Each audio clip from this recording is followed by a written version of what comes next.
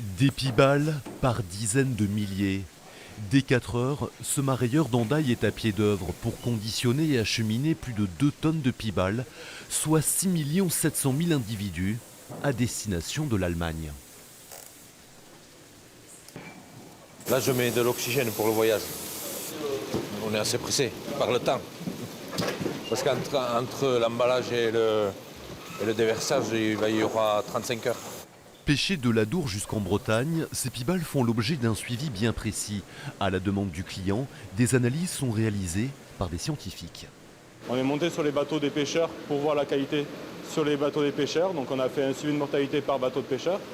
Et là, on refait un test chez le marailleur pour voir si la qualité s'est dégradée ou pas.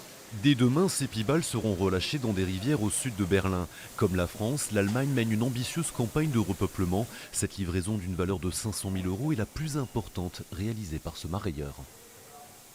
L'emballage était de 2230 kg. C'est un très très gros emballage et c'est une première pour nous en France. On sait aujourd'hui avec ce type d'emballage et cette façon de faire que nous avons pratiquement 100% de survie à l'arrivée. La pibale, un marché convoité.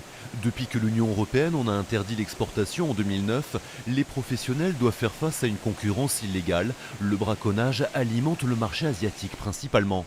Les Chinois peuvent se permettre de payer des prix qui peuvent atteindre 2500, 3000 dollars rendus chez eux et incitent les trafics à se mettre en place ici en Europe. Dans les Pyrénées-Atlantiques, le braconnage sévit aussi. Le 31 décembre dernier,